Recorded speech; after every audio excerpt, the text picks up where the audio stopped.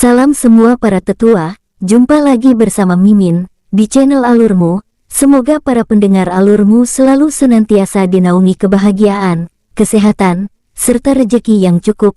Oke, Mimin langsung lanjut ceritanya. Selamat mendengarkan, dan hidupkan imajinasi para tetua. Cerita pun dimulai.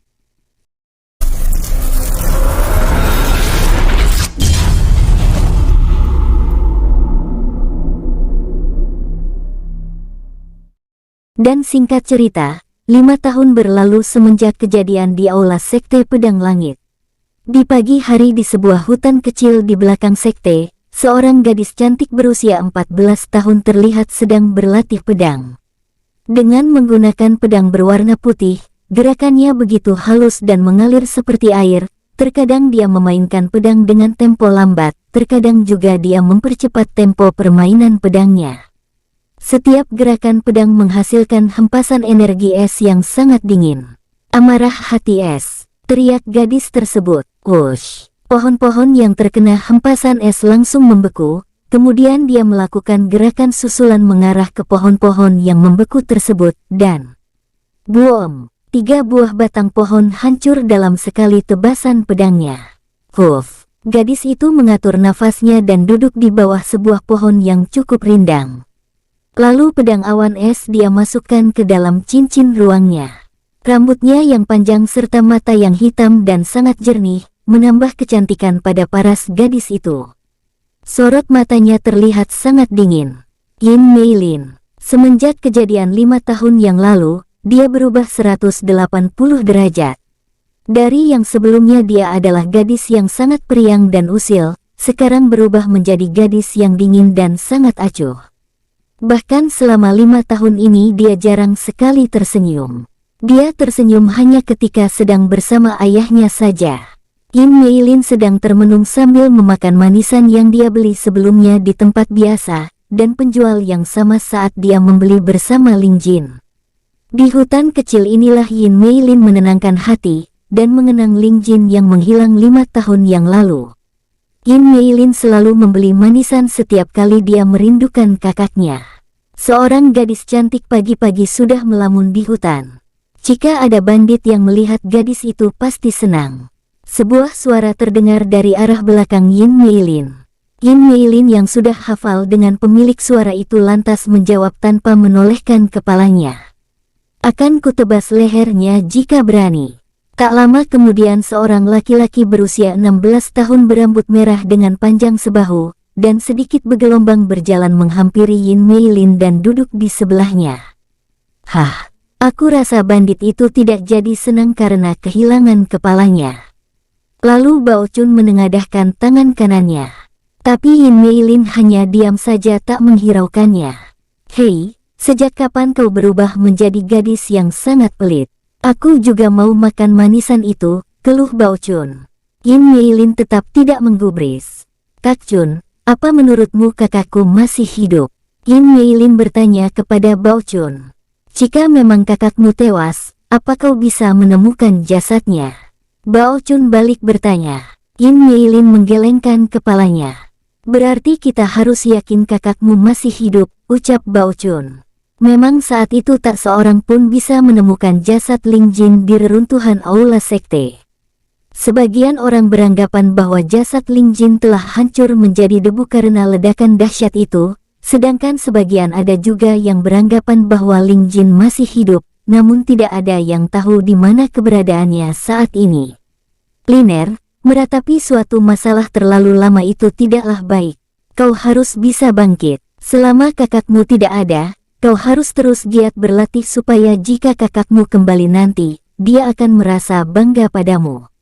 Lagi pula apabila kakakmu tahu dirimu yang sekarang, kau pikir dia akan senang dengan perubahan dirimu. Bao Chun menasehati Yin Meilin panjang lebar sampai mulutnya berbusa. Maaf, hanya itu yang keluar dari mulut Yin Meilin. Bibir Bao Chun berkedut. Anak ini, sudahlah, ayo ikut aku, ucap Bao Chun sambil menarik tangan Yin Meilin. Kita mau kemana kak? Tanya Yin Meilin. Sudah ikut saja. Daripada kau melamun tidak jelas, lebih baik kita berjalan-jalan ke kota Dongnan. Bao Chun berkata sambil terus berjalan. Semenjak Ling Jin menghilang, Bao Chun lah yang seakan menggantikan posisinya sebagai seorang kakak untuk Yin Meilin. Selepas latihan, dia sering menyempatkan diri menemani Yin Meilin berbincang-bincang agar tidak merasa kesepian. Bao Chun sudah menganggap Liu Bing, Ling Jin dan Yin Meilin keluarganya. Sebagai seorang anak yang sebatang kara, Bao Chun menemukan kembali kebahagiaannya ketika berada di dekat mereka bertiga. Dulu Bao Chun mendaftar menjadi murid Sekte Pedang Langit setelah melihat papan pengumuman yang terdapat di kota terdekat Sekte.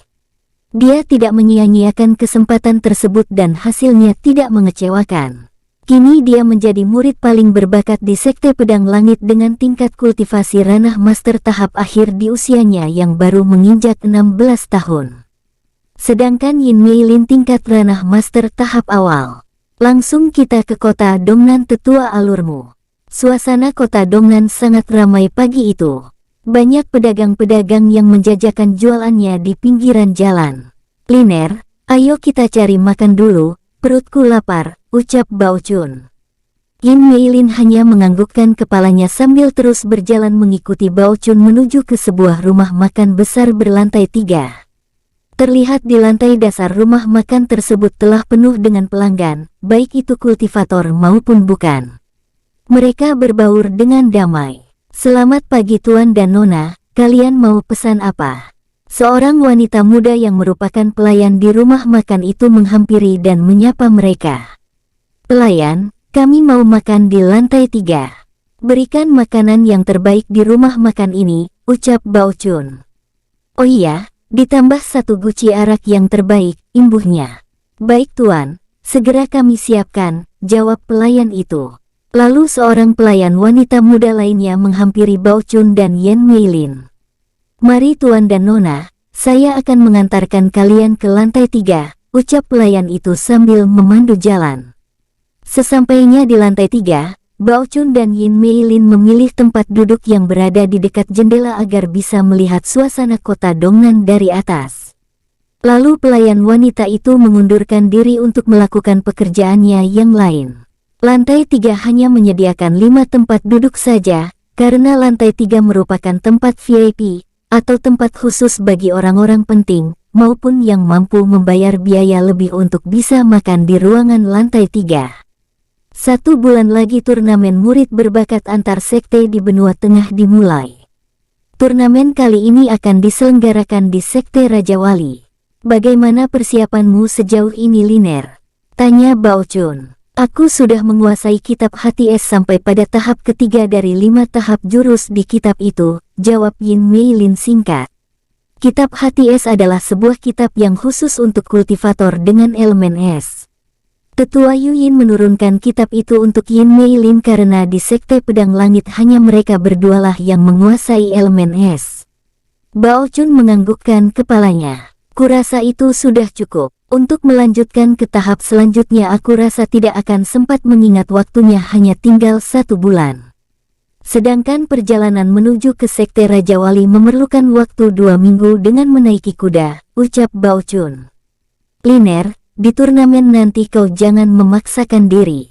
Tetua Yin mengikut sertakanmu dalam turnamen itu untuk mengasah pengalamanmu, imbuhnya.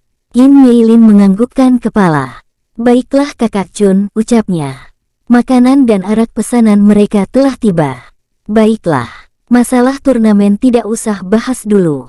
Sekarang waktunya kita bertempur, makan. Dewa makan ini akan menghajar mereka yang ada di atas meja ini. Bao Chun berkata sambil menepuk-nepuk dadanya. Bao Chun dan Yin Meilin pun mulai menikmati makanan pesanan mereka. Setelah selesai, mereka memutuskan untuk kembali ke sekte karena hari sudah beranjak siang. Bao Chun dan Yin Meilin berjalan menuruni anak tangga menuju lantai dasar. Pelayan, berapa semuanya? Tanya Bao Chun. Semuanya jadi 700 koin perak tuan muda, jawab pelayan kasir. Bao Chun mengeluarkan sekeping koin emas dan memberikannya. Ambillah sisanya, kata Bao Chun. Pelayan itu terlihat senang karena mendapatkan tips dari Bao Chun. Setiap pelayan yang mendapatkan tips, mereka akan selalu membagikannya kepada pelayan-pelayan yang lain dengan adil. Itulah sebabnya semua pelayan di rumah makan ini bisa bekerja sama dengan baik. Pemilik rumah makan pun tidak keberatan dengan hal itu karena menurutnya tips dari pelanggan adalah hak para pekerjanya. Terima kasih banyak Tuan, semoga perjalanan Tuan dan Nona menyenangkan, ucap pelayan itu sambil membungkukkan badannya. Bao Chun tersenyum menanggapi perkataan pelayan itu. Terima kasih. Lalu dia dan Yin Mei Lin keluar dari rumah makan untuk kembali ke sekte. Namun baru beberapa langkah mereka meninggalkan rumah makan, terdengar sebuah suara. Tak kusangka akan bertemu dengan seorang gadis dingin seperti mayat hidup berjalan dengan pemuda berambut api. Mereka menolehkan pandangan ke arah sumber suara. Mu Yinfeng sedang berdiri tak jauh dari mereka. Terlihat juga Putri Xin Xiaoyu di sampingnya dan dua orang pengawal dengan tampang sangar berdiri di belakang mereka. Kedua pengawal itu berada di ranah bumi tahap awal. Mu Yinfeng dan Putri Xin Xiaoyu telah bertunangan 1 minggu yang lalu. Dengan segala trik dan bujuk rayu Patriark Mu Bai, akhirnya Kaisar Han Wu menyetujui pertunangan mereka dengan dalih Sekte Pedang Langit berada di bawah pemerintahan Kekaisaran Han sepenuhnya. Sebenarnya para tetua utama kecuali tetua Tang Zu menentang keputusan Patriark Mu Bai. Namun ular tua itu tetap bisa berkelit dan beralasan dengan dukungan Kaisar Han Wu, tidak akan ada sekte yang berani macam-macam dengan Sekte Pedang Langit. Akhirnya mau tidak mau para tetua utama menyetujui keputusan itu. Apa maksudmu? Bao Chun berkata dengan geram karena Mu Yinfeng telah mengatai Yin Mei Lin mayat hidup. Ho. Apakah aku salah? Lihatlah ekspresi wajahnya itu. Ya meskipun wajahnya terbilang cantik, tapi dengan ekspresi dingin seperti itu, siapa yang sudi mendekatinya, ejek Mu Yinfeng. Emosi Bao Chun memuncak saat itu juga. Percikan petir bermunculan di sekujur tubuhnya, energi seorang tingkat ranah master tahap akhir meledak dari tubuhnya. Kak Chun, sudahlah. Aku ingin segera pulang ke rumah. Yin Mei Lin berkata sambil memegang tangan Bao Chun. Liner, aku akan memberi pelajaran kepada beban sekte itu.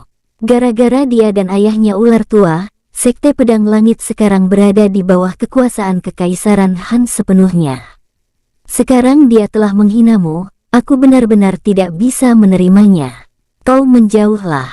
Bao Chun berkata dengan emosi yang menggebu-gebu.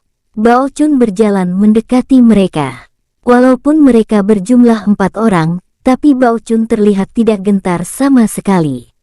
Sorot matanya menyiratkan kebencian yang besar. Saat jarak semakin dekat, Bao Chun mengeluarkan jurusnya. Tinju petir, teriak Bao Chun. Petir berderak-derak menyelimuti tangan Bao Chun. Saat tinjunya akan mengenai wajah Mu Yinfeng, tiba-tiba sebuah energi dengan elemen angin menghempaskan tubuhnya. Wush, bruaak. Bao Chun terpental dan menabrak sebuah gerobak milik salah seorang pedagang hingga hancur. Bao Chun segera berdiri dan menetralkan rasa sakit di dadanya. Kak Chun, Yin Mei Lin terlihat cemas dengan keadaan Bao Chun. Kini di depan Mu Yinfeng berdiri dua orang pengawalnya dengan tatapan mata bengis dan menghina. Kekuatan tingkat ranah bumi tahap awal terpancar dari tubuh mereka. Hanya bocah kemarin sore sudah berani berlagak, ucap salah satu dari mereka. Tuan muda, biarkan kami memberinya pelajaran, ucap pengual tersebut. Ya, terserah kalian. Tanganku terlalu bersih untuk menyentuh tubuh kotornya.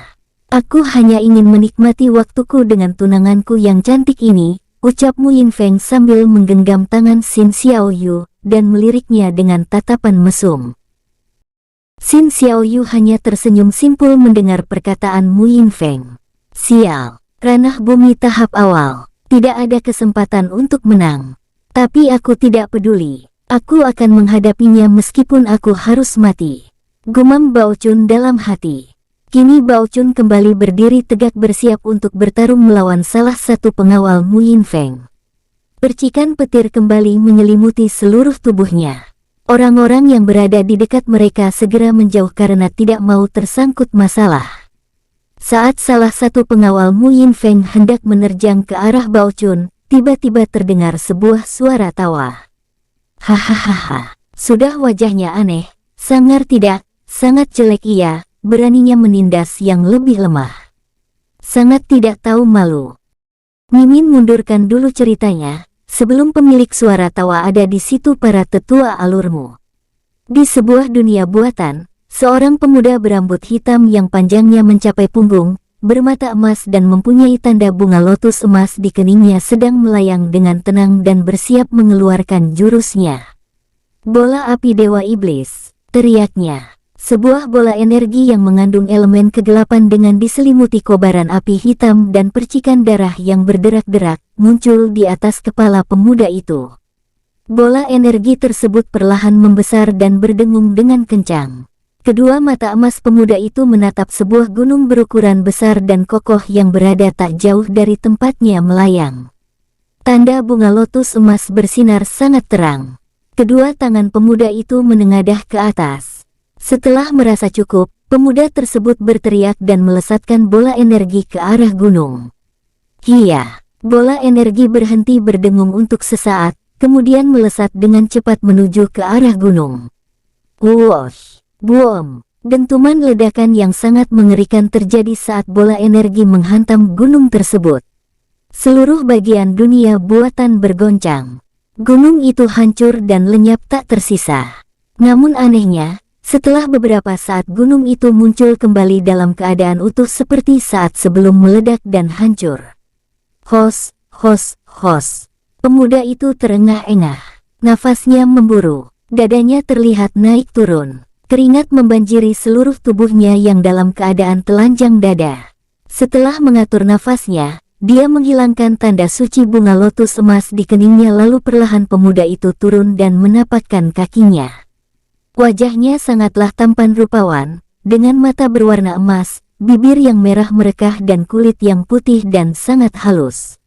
Siapapun yang melihatnya pasti akan memelototkan mata karena terpesona dengan ketampanannya yang tidak manusiawi. Huf, jurus Dewa Iblis memang sangat mengerikan. Ling Jin, selama 5 tahun ini berlatih dengan sangat keras untuk menguasai jurus-jurus yang terdapat di dalam kitab Dewa Iblis. Rambutnya berubah menjadi hitam akibat mempelajari jurus-jurus dalam kitab Dewa Iblis. Atas saran King Long, Ling Jin berlatih di dalam dunia buatan yang diciptakan Shen Ling sebelum pergi dan dimasukkan ke dalam kalung Ling Jin. Perbandingan waktu antara dunia buatan dengan dunia nyata adalah 2:1. Dalam artian waktu 2 hari di dunia buatan, sama dengan 1 hari di dunia nyata.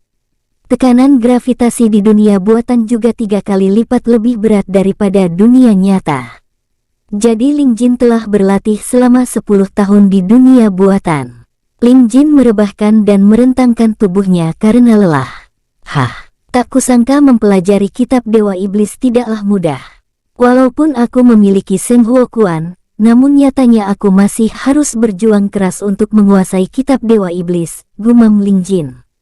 Dia telah menguasai jurus yang ke-6 dari keseluruhan 7 tingkatan jurus, yaitu hantaman Dewa Iblis. Selama 10 tahun berlatih di dalam dunia buatan, Ling Jin telah mencapai tingkatan ranah pertapa tahap awal. Meskipun begitu, dengan kekuatan fisiknya yang sangat kuat, dantian alam dan jurus-jurus kitab Dewa Iblis, dia mampu bertarung imbang melawan ranah yang tingkatannya 2 tahap di atasnya. Setelah meredakan rasa lelahnya, Ling Jin menghilang dari dunia buatan dan muncul di hadapan King Long. "Sudah kau kuasai jurus itu?"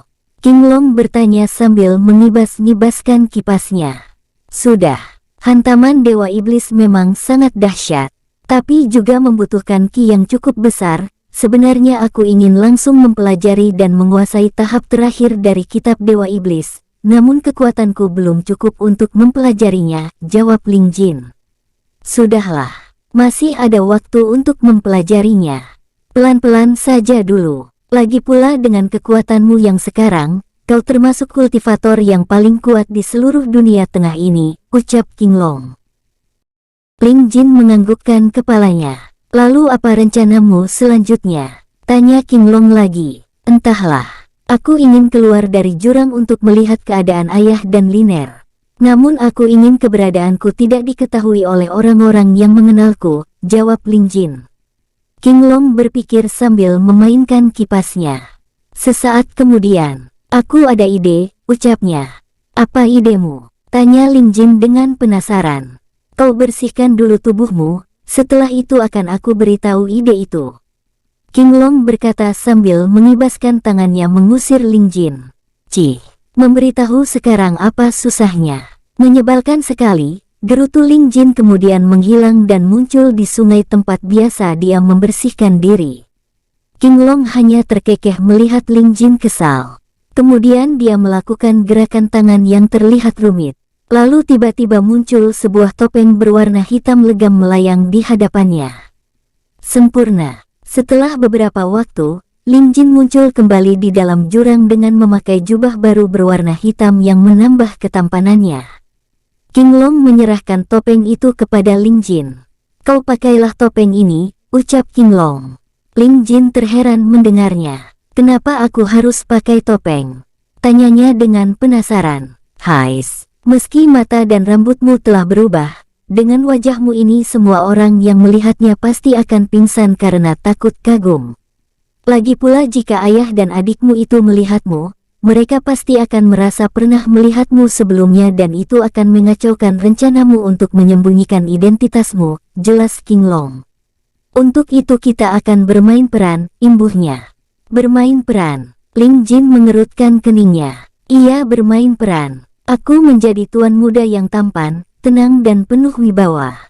Sedangkan kau akan berperan sebagai pengawal pribadiku. Dengan topeng hitam itu, akan menambah kesan misterius yang ada pada dirimu, jelas King Long. Kenapa tidak kau saja yang jadi pengawal pribadiku? Aku berperan sebagai tuan muda bertopeng yang misterius, timpal Ling Jin. Hah, kalau tidak mau terserah. Aku akan mengumumkan bahwa kau adalah Ling Jin. King Long berkata sambil menggeleng-gelengkan kepalanya berpura-pura sedih. Dasar licik. Baiklah, kau menang, kata Ling Jin dengan wajah kesal kemudian memakai topeng hitamnya. Bagus, timpal King Long bersemangat. Baik. Mulai sekarang aku akan memanggilmu topeng hitam, imbuh King Long. Ya, terserah kau saja, sahut Ling Jin dengan malas. Baiklah, sebelum itu kau harus menekan kekuatanmu sampai tingkat ranah bumi tahap awal, sedangkan aku akan menekan kekuatanku hingga tingkatan ranah master tahap puncak, kata King Long. Kenapa harus menekan kekuatan kita? Bukankah sia-sia aku berlatih keras selama ini? Ling Jin merasa heran mendengar perkataan King Long. Hai, pengawal pribadi tidak berani membantah perintah dari tuan mudanya. Lagi pula, bukankah akan sangat menyenangkan membuat lawan merasa terbang di langit lalu menguburnya dalam-dalam, ucap King Long dengan senyum licik. Tak kusangka kau lebih licik dari Patriark Mubai. Baiklah aku ikuti permainanmu, kata Ling Jin. Eits, itu namanya bukan licik, tapi cerdik. Cerdik dan licik itu berbeda tipis, timpal King Long sambil mengibas-ngibaskan kipasnya. Ya, suka-suka kau saja, jawab Ling Jin. Kemudian mereka berdua menekan kekuatan dan aura mereka. Ling Jin menekan kekuatannya sampai tingkat ranah bumi tahap awal, sedangkan King Long sampai ranah master tahap puncak. Bagus, kita berangkat sekarang, kata King Long. Ling Jin menganggukkan kepalanya. Lalu sekejap kemudian mereka menghilang dari dalam jurang dan muncul di dekat sebuah kota yang cukup besar. King Long dan Ling Jin segera berjalan menuju kota itu. Terlihat di depan gerbang pintu masuk, banyak orang yang mengantri untuk masuk ke dalam kota itu. King Long dan Ling Jin melihat papan yang besar di atas gerbang itu yang bertuliskan Kota Dongnan. King Long dan Ling Jin turut ikut mengantri untuk masuk ke dalam kota.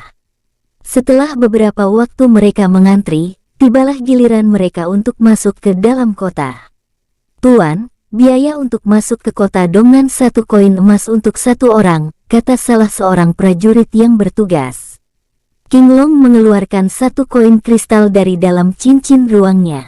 Ini, biaya masuk untukku dan pengawalku, kata King Long sambil mengibas-ngibaskan kipasnya. Tuan, ini. Prajurit itu terkejut saat menerima koin kristal itu. Seumur hidupnya, baru pertama kali ini dia memegang koin kristal.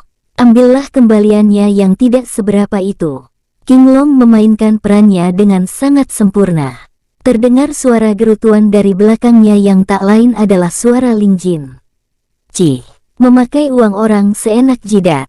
Ya, cincin ruang yang dipakai King Long adalah milik Shen Ling yang di dalamnya terdapat puluhan gunungan koin kristal yang ditinggalkan Shen Ling untuk Ling Jin.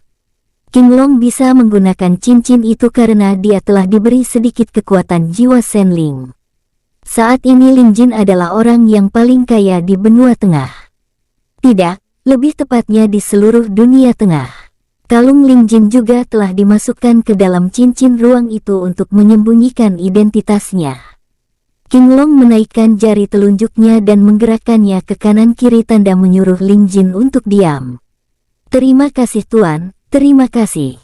Silahkan masuk Tuan, semoga perjalanan Tuan menyenangkan, ucap prajurit itu sambil membungkukkan badannya berkali-kali. King Long menganggukkan kepalanya lalu berjalan memasuki kota diikuti Ling Jin di belakangnya. Sesampainya di dalam kota Dongnan, tampak suasana di kota itu ramai dengan berbagai kegiatan penduduk. Banyak orang yang bertransaksi jual beli, ada yang sedang mengobrol, ada juga yang sedang makan di tempat-tempat makan di pinggir jalan. King Long dan Ling Jin berjalan menyusuri kota Dongnan. Setelah berjalan selama beberapa waktu, mereka melihat kerumunan orang tak jauh di depan mereka. Jin, bukan, maksudku topeng hitam, ayo kita ke sana. Sepertinya sedang terjadi sesuatu, kata King Long kemudian beranjak menghampiri kerumunan itu diikuti oleh Ling Jin. Ah tidak, maksud Mimin si topeng hitam. Sesampainya mereka di sana, terlihat seorang pemuda berambut merah yang seluruh tubuhnya diselimuti petir, dan seorang gadis dengan ekspresi wajah yang sangat dingin, berdiri berhadapan dengan 4 orang. Seorang pemuda angkuh, seorang gadis dan di belakangnya 2 orang pria paruh baya yang bertampang bengis. Saat melihat pemuda berambut merah dan gadis dengan ekspresi wajah dingin itu, tubuh topeng hitam bergetar. Tatapannya nanar saat melihat mereka berdua. Pemuda berambut merah itu menghampiri pemuda angkuh di depannya dan berlari dengan cepat lalu melayangkan tinjunya yang berbalut petir yang berderak-derak ke wajahnya. Namun sebelum mengenai sasaran, seorang pria paruh baya yang berdiri di belakang pemuda angkuh tersebut memajukan telapak tangannya. Hempasan energi berelemen angin mengenai dada pemuda berambut merah dan menghempaskannya hingga menabrak dan menghancurkan sebuah gerobak. Kak Chun. Gadis dengan ekspresi dingin terlihat sangat cemas. Liner, Chun, gumam topeng hitam lirih. Tak berapa lama kemudian, pemuda berambut merah berdiri dan bersiap kembali untuk bertarung dengan salah seorang pria paruh baya yang menyerangnya yang diketahui adalah pengawal pemuda angkuh dan gadis di sampingnya. Pria paruh baya itu bersiap untuk menerjang pemuda berambut merah. King Long tersenyum. Kau kendalikan dirimu dulu, biar aku yang memulai permainannya. King Long berkata kepada topeng hitam kemudian berjalan menuju ke tengah-tengah kerumunan. Hahaha, sudah wajahnya aneh, sangar tidak, jelek ia, beraninya hanya menindas yang lebih lemah. Sangat tidak tahu malu. Dan cerita berlanjut tetua alurmu. Semua orang yang berada di lokasi itu terdiam mendengar suara dari seseorang. Mereka lalu menoleh ke arah sumber suara. Seorang pemuda tampan berambut biru yang tak lain adalah King Long berjalan dengan santai melewati tengah-tengah antara pemuda berambut merah dan salah seorang pengawal Mu Yingfeng. Lalu King Long mengambil sebuah kursi tempat makan yang berada di dekatnya dan mendudukinya sambil mengibas-ngibaskan kipasnya seolah-olah sedang kegerahan. Yin Meilin berjalan mendekati Bao Chun. Kak Chun, pemuda berambut biru itu siapa? Tanya Yin Meilin. Aku juga tidak tahu Liner. Aku belum pernah melihat pemuda itu sebelumnya. Sepertinya latar belakangnya tidak sembarangan, jawab Bao Chun. Setelah beberapa saat, King Long melebarkan matanya seolah-olah terkejut. Apakah aku mengganggu? Tanya King Long dengan ekspresi wajah yang terlihat kebingungan. Ah, silahkan lanjutkan urusan kalian. Aku hanya lewat saja, imbuhnya sambil tersenyum kemudian menolehkan pandangannya ke arah lain, dan mengipasi wajahnya seolah dia tidak peduli dengan keadaan di sekitarnya. Anak muda, kau tadi bilang apa? Tanya salah seorang pengawal Mu Yinfeng. King Long menoleh ke sana kemari, lalu dia menolehkan kepalanya ke arah belakang. Seorang wanita muda yang merupakan seorang pelayan terlihat ikut menyaksikan pertikaian itu dengan wajah yang tegang. "Nona, paman itu bertanya padamu," ucap King Long tanpa merasa bersalah. "Apa? Aku hanya menonton saja. Aku tidak tahu apa-apa," jawab pelayan itu dengan panik. Pengawal Mu Yinfeng mendengus kesal. "Aku bertanya padamu anak muda berambut biru," ucapnya dengan nada tinggi. "Aku." King Long bertanya sambil menunjuk ke arah wajahnya sendiri. "Siapa lagi kalau bukan kau?" Pengawal Mu Yinfeng mulai geram karena merasa dipermainkan. "Wow, hahaha. Maaf paman, aku tidak menyadari paman sedang bertanya padaku," ucap King Long. Kau tadi bilang apa anak muda?" tanya pengawal itu sekali lagi. "Perkataanku yang mana paman?" King Long berpura-pura tidak tahu. "Wajahku aneh tidak sangar, jelek dan menindas yang lebih lemah," ucap pengawal itu. King Long berdiri dan menghampiri pengawal itu dengan santai sambil mengipasi wajahnya. "Paman, kau mengakuinya sendiri," King Long berkata dengan tersenyum. Sontak saja semua orang yang menonton menertawai pengawal itu. "Hahaha, pemuda itu benar, dia mengakuinya sendiri. Ternyata pengawal itu bodoh. Dasar bodoh. Hahaha." Berbagai komentar terdengar di telinga pengawal itu dan membuat emosinya memuncak.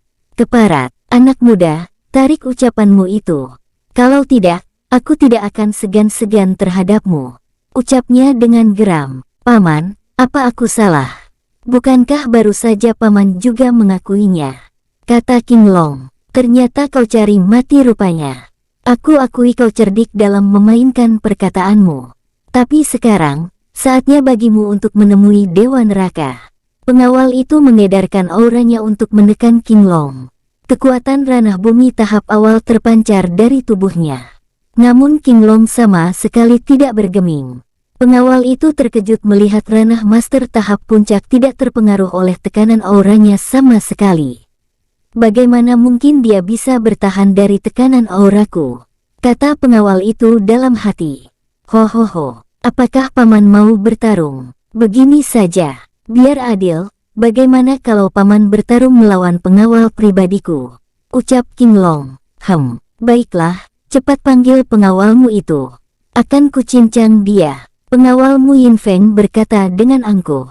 King Long tersenyum misterius. "Kena kau," ucapnya dalam hati. Setelah itu dia memanggil pengawal pribadinya.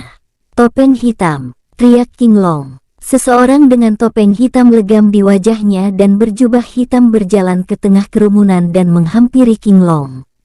"Saya tuan muda," ucap topeng hitam. "Ajak paman ini bermain-main," kata King Long kemudian beranjak duduk kembali ke kursi sebelumnya. Pengawal Mu Yinfeng menatap topeng hitam dengan tatapan yang tajam. Dia bisa menebak jika topeng hitam masih muda. "Tampaknya kau memiliki bakat yang bagus. Di usiamu yang masih muda tapi sudah mencapai ranah bumi tahap awal sama sepertiku, sepertinya ini akan menarik," ucap pengawal itu. Topeng hitam tidak menjawab. Pengawal itu mendengus. "Kelihatannya kau tidak suka basa-basi. Baiklah kalau itu maumu," ucapnya lagi. Kemudian dia mengeluarkan pedangnya dan mengalirkan ki ke dalam pedang itu. Kini pedang pengawal itu terselimuti oleh angin yang berputar-putar mengelilingi bilah pedangnya. Lalu pengawal itu mengambil sikap tempur. Topeng hitam masih tetap diam saja.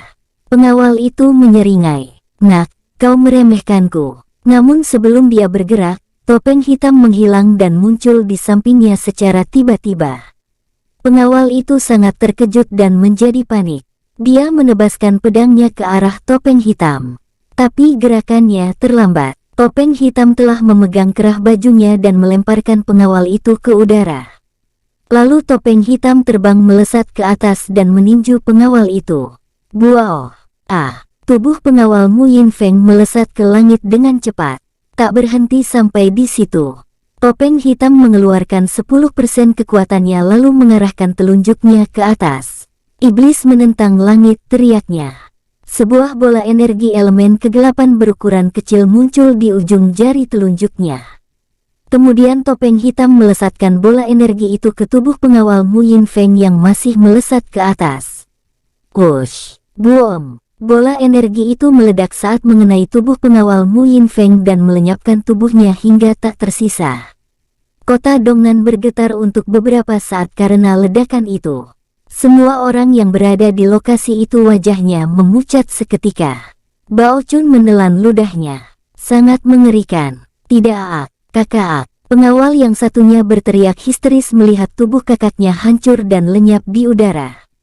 Dia bisa terbang. Dia melenyapkan kultivator ranah bumi tahap awal hanya dengan beberapa gerakan saja. Ini benar-benar mustahil. Aku beruntung bisa menyaksikan kejadian ini secara langsung. Dia sangat kuat. Berbagai macam komentar terdengar karena kagum dengan kekuatan topeng hitam.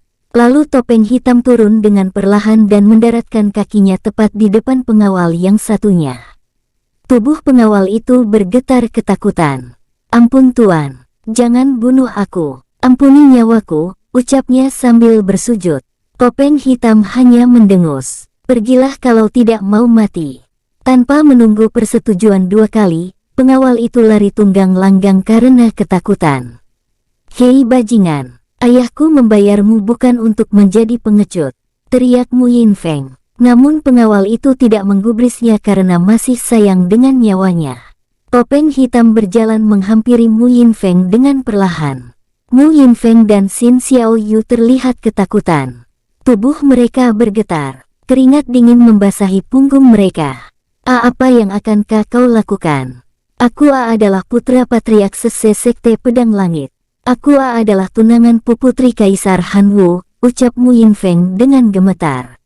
Dasar tidak tahu malu, hanya bisa mengandalkan latar belakang untuk menggertak orang. Berlagak sombong menjadi tunangan tuan putri. Dasar tidak berguna. Makian-makian terdengar saat itu juga. Tuan, dia tadi mengatai nona muda ini seperti mayat hidup, ucap salah seorang yang menonton. Ya, benar Tuan, sahut yang lainnya. Topeng hitam menolehkan pandangannya ke arah Yin Meilin untuk sesaat, kemudian kembali menatap Mu Yinfeng dengan tajam. Mata emasnya mengkilat. Melihat mata itu, Mu Yinfeng sangat ketakutan.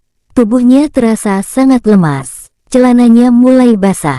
Tanpa banyak bicara, topeng hitam mengarahkan tangan kanannya ke samping dan membuat pedang energi kegelapan berbalut petir menyelimuti pedang energi itu.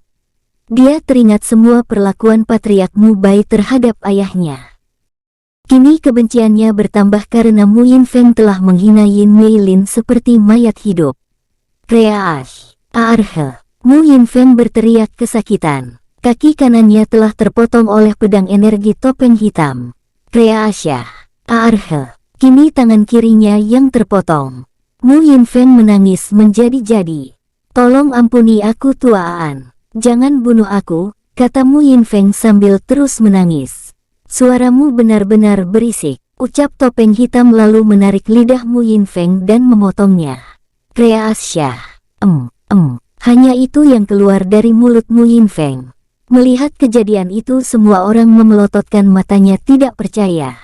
Dia sangat kejam. Sial, perutku terasa mual.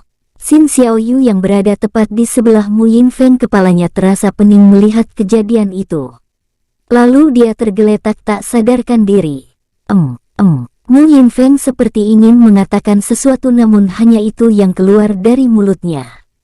Air mata membanjiri wajahnya. Dia terduduk dan menyujudkan tubuhnya kepada topeng hitam. Namun bukannya belas kasih yang didapat, topeng hitam menghancurkan dantiannya.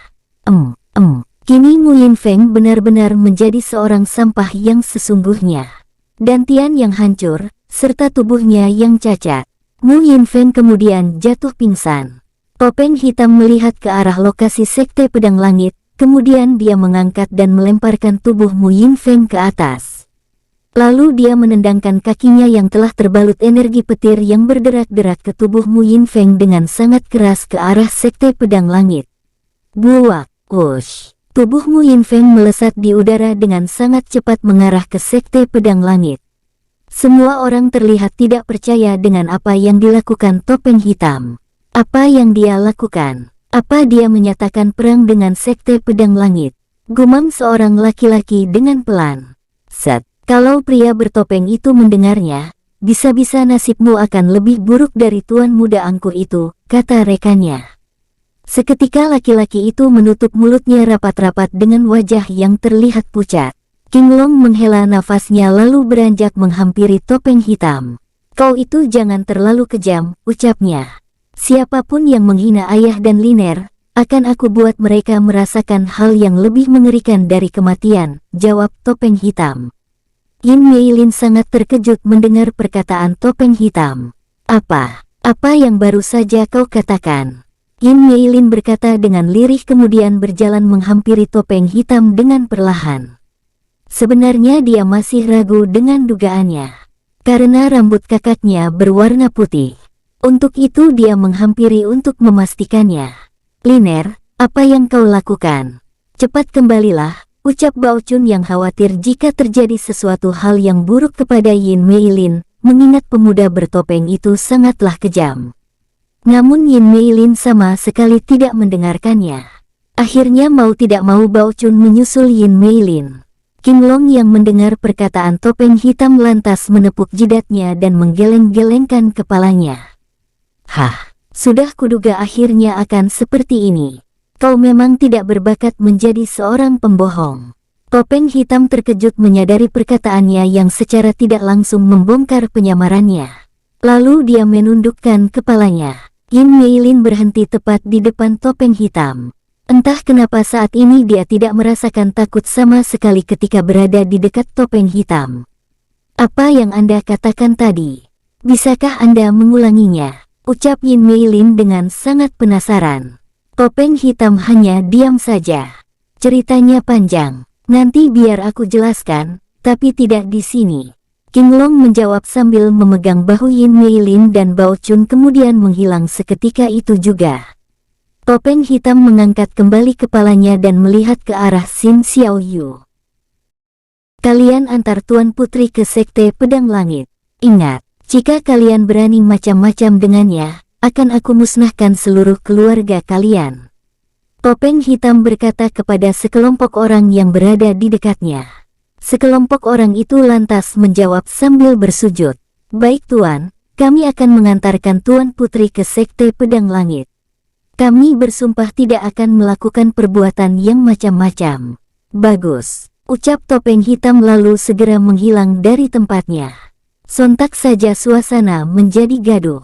Di mana hari ini adalah pertama kalinya mereka melihat kultivator yang bisa menghilang. Bahkan Tetua Agung Sekte Pedang Langit tidak bisa melakukannya.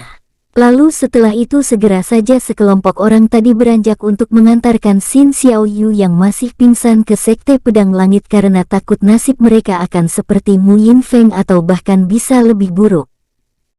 Wush, Qinglong, Yin Meilin dan Bao Chun muncul di dalam gua. Di mana ini? Kenapa tiba-tiba kita bisa berada di sini? Yin Meilin sangat terkejut karena mendadak telah berada di dalam sebuah gua. Terlihat 3 buah batu persegi panjang dan kumpulan mainan dari kayu yang terjejer rapi berada di dalam gua itu. Bao Chun juga tidak kalah terkejutnya dengan Yin Meilin. Dia merasa sebelumnya berada di kota Dongnan, lalu dia merasakan hembusan angin menerpa wajahnya dan tiba-tiba telah berpindah tempat dalam satu kedipan mata. Qinglong hanya tersenyum melihat keterkejutan mereka berdua. Lalu dia melakukan gerakan tangan dan membuat energi pelindung untuk Yin Meilin dan Bao Chun agar tidak terdampak dengan energi kegelapan yang melingkupi jurang kematian. Siapa sebenarnya Anda? Apa yang akan Anda lakukan kepada kami? Ucap Bao Chun. Kini dia dan Yin Meilin dalam posisi siaga serta mengambil jarak dari Qinglong. Kalian jangan salah paham. Aku tidak bermaksud apa-apa. Kita tunggu saja dia tiba di sini. Qinglong menghela nafasnya. Wush. Baru saja Qinglong menyelesaikan perkataannya, Ling Jin muncul di dalam gua. Baru juga dibicarakan, ucap Qinglong. Bagaimana? Imbuhnya bertanya kepada Ling Jin. Aku sudah menyuruh orang-orang di sana untuk mengantar gadis itu ke Sekte Pedang Langit, jawab Ling Jin. Kemudian dia menatap Yin Meilin dengan tatapan yang sendu. Ling Jin membuka topengnya. Terlihat sebuah wajah yang sangat teramat tampan terpampang di hadapan Yin Meilin dan Bao Chun. Kedua mata emasnya meneteskan air mata. Maafkan kakak Liner, Ling Jin berkata lirih. Kamu. Yin Meilin tidak meneruskan kata-katanya karena masih ragu apakah pemuda tampan di hadapannya itu adalah kakaknya. Dia adalah Ling Jin kakakmu, ucap King Long singkat. Jedar. Mendengar perkataan King Long menyebutkan nama Ling Jin, sontak saja Yin Meilin dan Bao Chun bagai disambar petir karena sangat terkejut. Ling Jin, nama dari kakak Yin Meilin yang menghilang 5 tahun yang lalu. Yin Meilin menghampiri Ling Jin. Tangannya meraba wajah Ling Jin dengan perlahan. Benarkah kamu adalah kakakku yang selama ini aku rindukan? Tanya Yin Meilin yang matanya mulai sembab. Ling Jin mengangguk pelan. Benar, aku adalah Ling Jin, anak angkat dari Liu Bing juru masak Sekte Pedang Langit dan satu-satunya kakak laki-laki dari adikku rubah cilik. Mendengar hal itu, seketika saja Yin Meilin memeluk Ling Jin dengan erat. Air mata membanjiri wajah cantiknya. Dia sangat yakin sekarang bahwa pemuda tampan di hadapannya itu adalah kakaknya. Karena hanya kakaknya lah yang memanggilnya rubah cilik. Kakak, huhuhu. Yin Meilin menangis menjadi-jadi. Sosok seorang kakak yang sangat dirindukannya selama 5 tahun kini sedang dia peluk. Ling Jin membiarkan Yin Meilin menangis di pelukannya dan melampiaskan kerinduan adiknya itu selama ini. Setelah beberapa saat, Yin Meilin berhenti menangis. Kakak, kemana saja kau selama ini?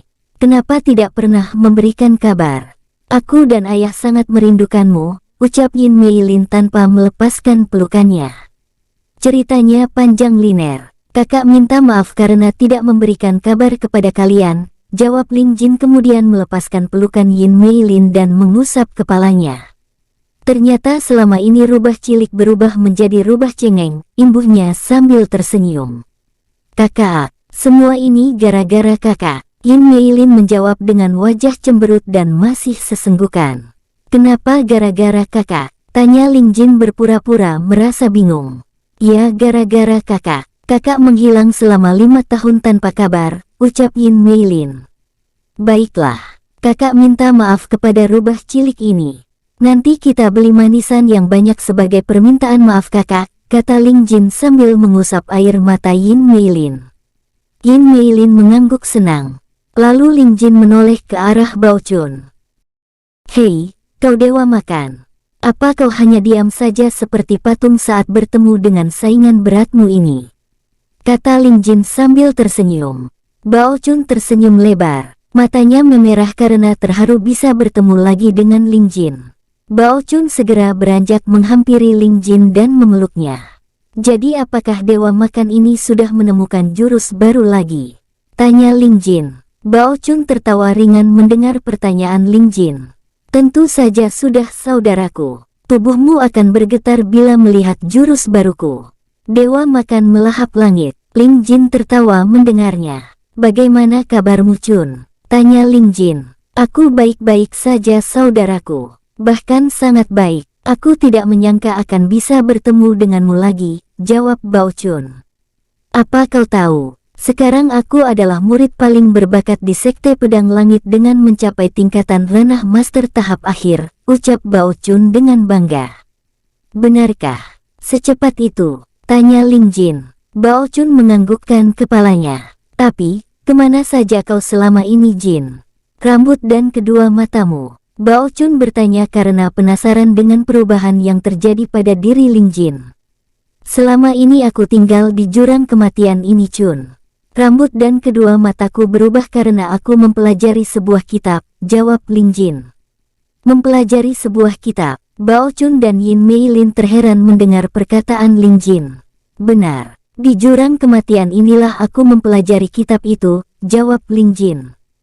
Jurang kematian. Kau jangan bercanda Jin, ucap Bao Chun yang tidak mau percaya begitu saja.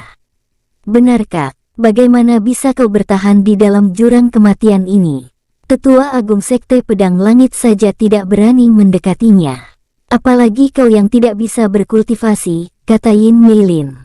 Ling Jin tersenyum sesaat, lalu energi seorang ranah bumi tahap menengah memancar dari tubuhnya.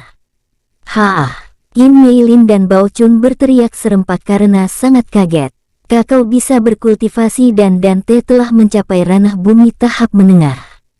Bao Chun berkata dengan terbata-bata. Kakak, kau sudah berada di tingkat ranah bumi tahap menengah hanya dalam waktu 5 tahun. Timpal Yin Meilin yang masih tampak tidak percaya dengan peningkatan kekuatan Ling Jin yang sangat mustahil bagi kultivator di dunia tengah. Ling Jin tersenyum menganggukkan kepalanya. Seandainya Yin Meilin dan Bao Chun tahu bahwa sebenarnya Ling Jin telah mencapai tingkat ranah pertapa tahap awal, mereka pasti akan mimisan. Dan masalah jurang kematian, itu memang benar. Saat ini kita berada di dalam jurang tersebut, kata Ling Jin. Yin Meilin dan Bao Chun segera keluar dari gua untuk membuktikan perkataan dari Ling Jin. King Long hanya menghela nafas sambil mengipasi wajahnya. Hah, ternyata mereka lebih merepotkan darimu Jin, gumam King Long. Ling Jin tertawa canggung mendengar gumaman King Long kemudian menyusul Yin Meilin dan Bao Chun diikuti oleh King Long. Sesampainya di depan mulut gua, ini, Yin Meilin dan Bao Chun tertegun dengan apa yang dilihatnya saat ini. Tebing yang tingginya menjulang hampir menyentuh langit jika dilihat dari bawah. Energi kegelapan dan kematian yang sangat mengerikan melingkupi seluruh area jurang tersebut. Bagaimana? Apa sekarang kalian percaya jika saat ini kalian berada di jurang kematian? King Long berkata saat tiba di depan gua. Yin Meilin menganggukkan kepala, sedangkan Bao Chun masih tertegun melihat energi kegelapan dan kematian itu. Tapi, bagaimana bisa? Tanya Bao Chun. Tentu saja bisa. Sebelum Ling Jin hidup di Sekte Pedang Langit, disinilah dia menjalani kehidupannya bersama kedua kakeknya, jawab King Long. Kakek, timpal Yin Meilin. King Long menganggukkan kepalanya. Benar, Ling Jin hidup bersama kedua kakeknya di jurang ini. Kakeknya lah yang telah melindungi jurang ini dengan energi kegelapan dan kematian agar tidak ada yang mengganggu ketenangan mereka. King Long menjawab sambil mengipasi wajahnya. Oleh karena kedua kakeknya mendapat suatu misi yang sangat berbahaya dari guru mereka. Kedua kakek Ling Jin menitipkan Ling Jin ke Sekte Pedang Langit, imbuh King Long. Kakak, apakah itu benar? Tanya Yin Meilin. Benar Liner. Bahkan sampai sekarang aku tidak mengetahui siapa orang tua kandungku. Yang aku tahu, selama hidup di sini orang tuaku adalah kedua kakekku, jawab Ling Jin. Kakak, maafkan aku. Aku tidak menyangka masa kecil kakak begitu berat dan tinggal di jurang yang sangat mengerikan dan tidak layak ini. Yin Meilin berkata lalu beranjak memeluk Ling Jin. Ling Jin menggaruk-garuk kepalanya mendengar perkataan Yin Meilin. Tempat yang sangat mengerikan. Tidak layak, ucap Bao Chun. Bao Chun kemudian bertanya, tapi kenapa kami tidak terdampak energi kegelapan ini Jin? Lalu, bukankah kau tidak memiliki dantian? Itu karena aku telah memasang energi pelindung pada kalian agar tidak terdampak oleh energi ini. Masalah dantian, Ling Jin sebenarnya memilikinya. Hanya saja dantian Ling Jin tersegel karena dantiannya adalah dantian yang istimewa, jelas King Long. Dantian istimewa. Dantian apa itu? Tanya Bao Chun lagi. Untuk masalah itu, aku tidak bisa memberitahukannya kepada kalian, imbuh King Long. Dasar pelit, timpal Yin Meilin. Bibir King Long berkedut. Anak ini, Liner, Chun. Masalah jurang kematian ini, aku harap kalian bisa merahasiakannya dari orang lain, kata Ling Jin. Yin Meilin dan Bao Chun menganggukkan kepala secara bersamaan.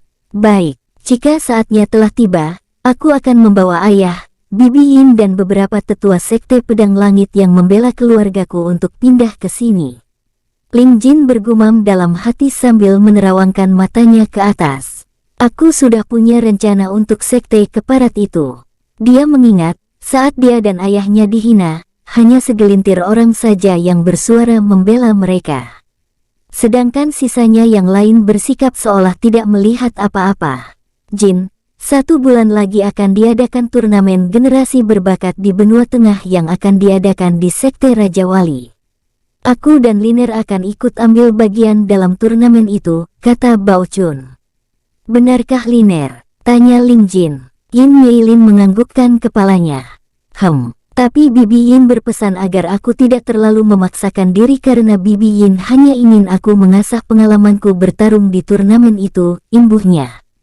Mendengar penjelasan dari adiknya, Ling Jin berkata, hanya mencari pengalaman. Tidak, Yin Meilin dan Bao Chun heran mendengar perkataan Ling Jin. Maksud kakak? Tanya Yin Meilin penasaran. Aku punya rencana, ucap Ling Jin kemudian tersenyum misterius. Kau dan Bao Chun akan menjadi yang terkuat di turnamen itu.